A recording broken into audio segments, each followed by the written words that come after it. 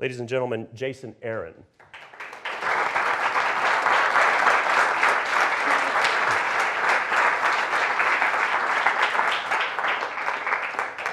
Thank you, thank you.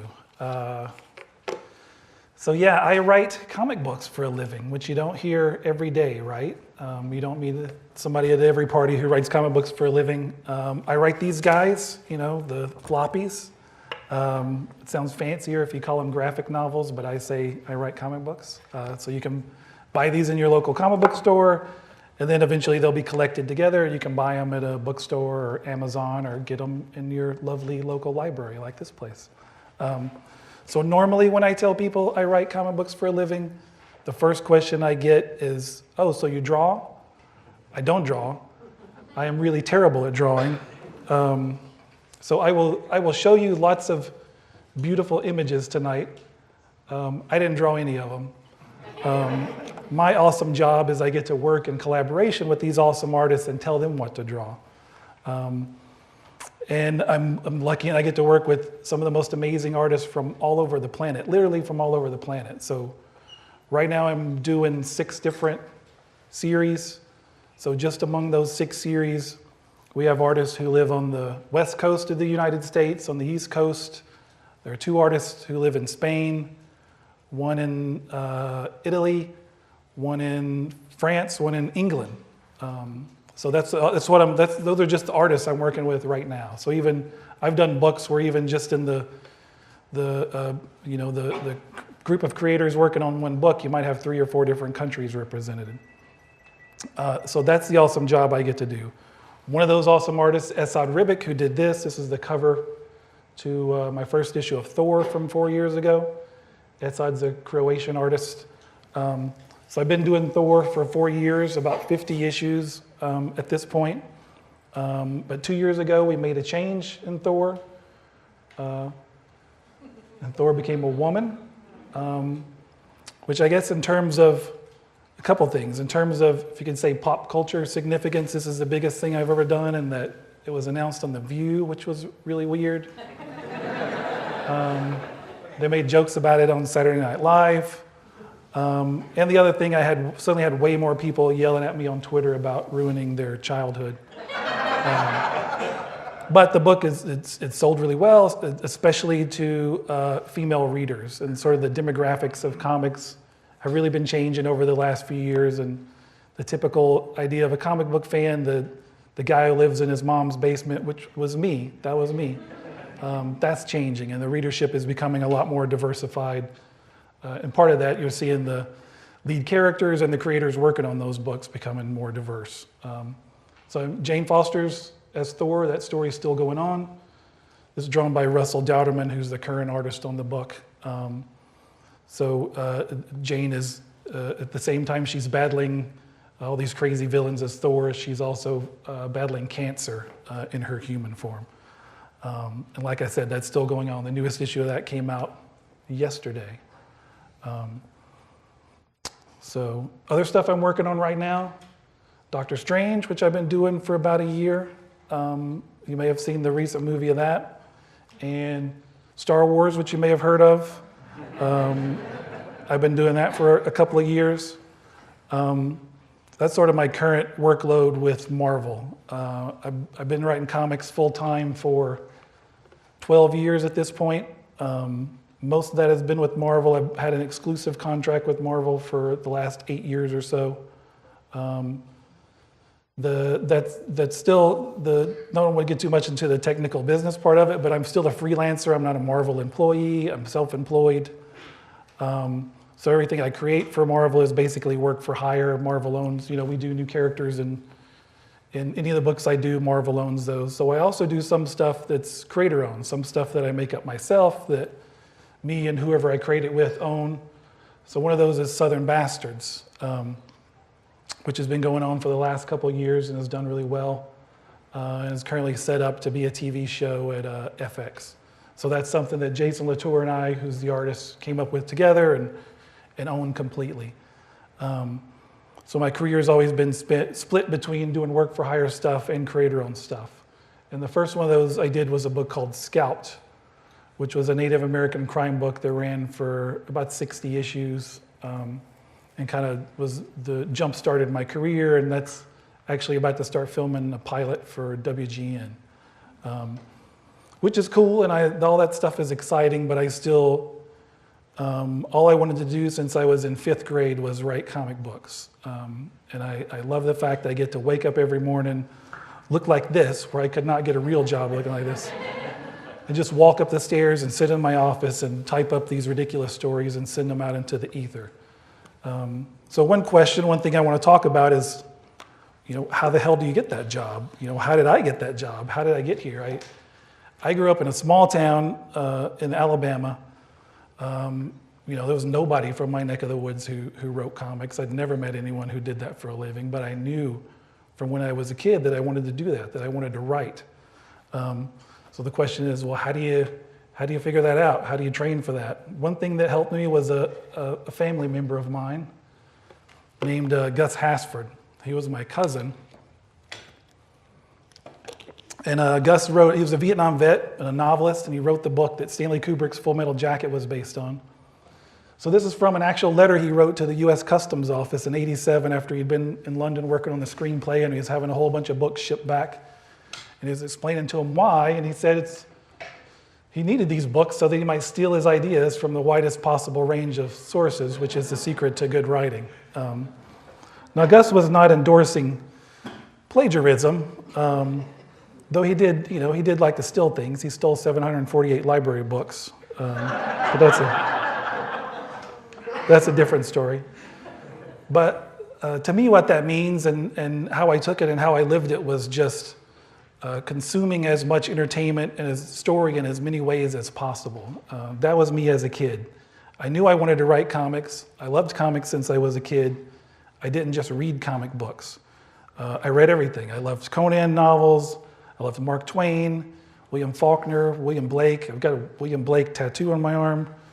Dr. Seuss, Bruce Lee movies, Godzilla movies, crime fiction, Cormac McCarthy, Prince music. Like you mix all that stuff up together, and that was me. That was me without knowing it, basically training for the job I wanted to do someday. Everything was consuming story and then eventually crafting story. So when I played as a kid, I was playing in the woods, making up my own Tarzan stories or my own Dungeons and Dragons adventure, or playing with my Star Wars figures in the yard. Little did I know I was training for the job I would someday do, 30 years later. Now I sit at my desk and I'm not just playing with Star Wars action figures, I'm literally getting to write stories with those characters. So here I'll also be showing some more pretty images so you don't just have to look at me for the next 20 minutes. This is by British artist Fraser Irvin from a recent issue of Thor. So again, I knew I wanted to write since 5th grade. I had no idea how you become a comic book writer. And when I was a kid, it was a lot more difficult than it is now. You pretty much had to live in New York City. And again, I'm in a small town in the deep South. But I was always writing, went to school to get an English degree, knew I wanted to be a writer, learned a couple of important lessons when I first got to college, taken as many fiction classes as I could. One, it was great for the first time to get feedback from somebody who's not your mom or your best friend. And as part of that, it's an important experience for any writer when you have the first experience of somebody telling you you're not good at this, I went to a small school, so I was one of the best writers in my school. Everybody told me I was good. You get to college and somebody says, I don't like this. Like, you should stop doing this. Like, it doesn't matter who you are as a writer, how good you are. Everybody will face that at some point or another. Everybody has to deal with that rejection. So you have to have the confidence to think, well, I'm not that good yet, but I'm going to keep doing this until I get good. The other important lesson I learned in college was write like your parents are dead, which is not meant to be a slam against my parents. My mom has read it. Well, my mom's read everything I've ever written. Like, I'm pretty sure she's the only great-grandmother on the planet who's read every single issue of Southern Bastards. But this was the advice my writing professor gave me on the first day of a fiction writing class. And to me, what it means is not holding yourself back as a writer. Writing is a very self-involved pursuit. That ultimately, when I'm sitting down to write a story, I'm writing it for me. I'm not writing it. I don't know how to write stories for anybody else. So everything I'm doing is for me. And part of that means letting go what other people are going to think and not holding yourself back because of that. So for me, that was a big part of writing in college. And I was a kid who, again, it's easier for me to do the writing than it is to stand up here and talk to you about it. Or as a kid, I was a very emotionally repressed kid who'd struggle to talk to the girl at school, but I could sit down in front of a piece of paper and put the craziest stuff that would come into my head down on that paper and give it to somebody else to read. That's kind of what I was always driven to do. There's some more gorgeous art from Stuart Immonen, who's one of the best artists working in comics today, from an issue of Star Wars. So a mild tangent I want to go off on, because I thought of this when I put this slide in here. This period of my life I'm talking about when I was in college. Again, I knew I wanted to be a writer since I was a kid, struggling to get there.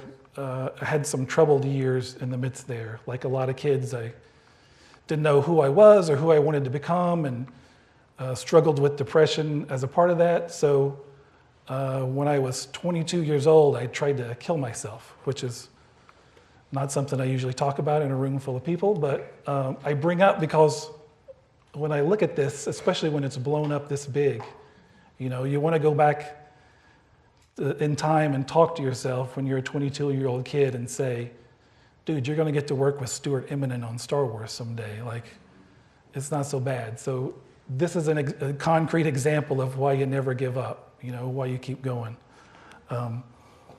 So that tangent done. So still in college, another profound experience I had is I went to a writer's conference, which was great. I got to meet Ray Bradbury, who's one of my favorite writers. But one of the lessons I took away from that conference, all these other young struggling writers were there. Everybody wanted to know, how do I get published? How do I get an agent? Everybody's got what they think is the next great American novel sitting in their closet. They just want to know, how do I sell it? And for me, I was there because I wanted to know, how do I become a good writer? I was convinced then, and I'm still convinced now, that being a good writer is the hard part. That's all I care about. That's all I cared about. That's what I was working towards. I always felt, if I can just get good enough, if I can get good enough to where I would say about my work, hey, I would pay money if I saw that on the shelf, then I can figure out the break and in part. That people do that all the time. Being good enough to warrant someone's attention is the hard part.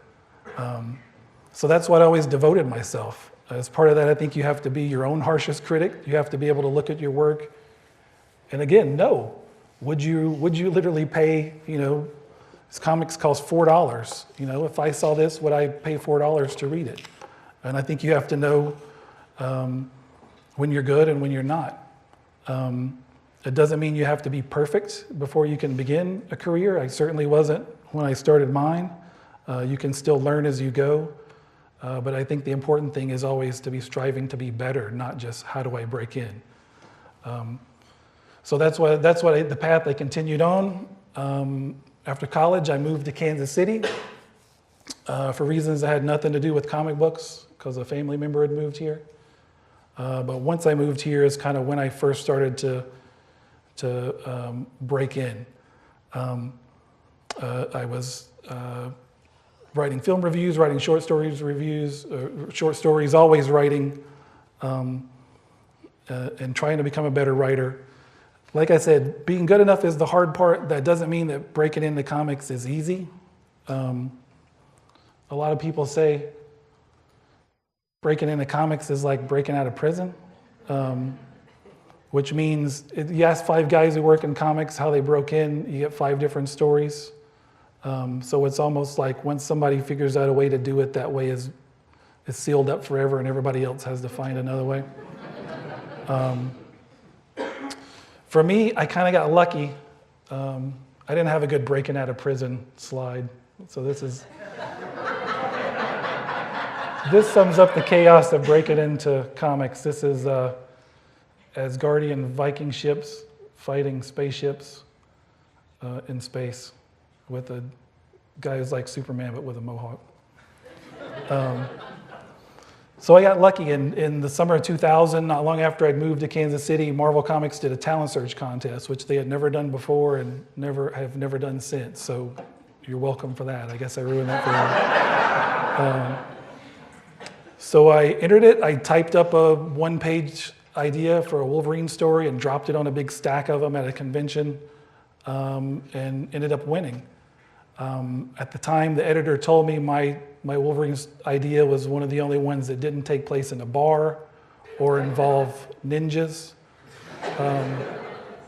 And mine was basically, again, going back to the quote from Gus about stealing your ideas from a wide range of sources. Mine was a riff on a Flannery O'Connor short story, A Good Man is Hard to Find. But that's what helped me stand out. So I won that talent search contest. I thought at the time, next stop, comic book superstardom. This is it. That's me, Wolverine writing contest winner inside. That was my 8-page Wolverine story, my first ever published comic book work in the summer of 2001.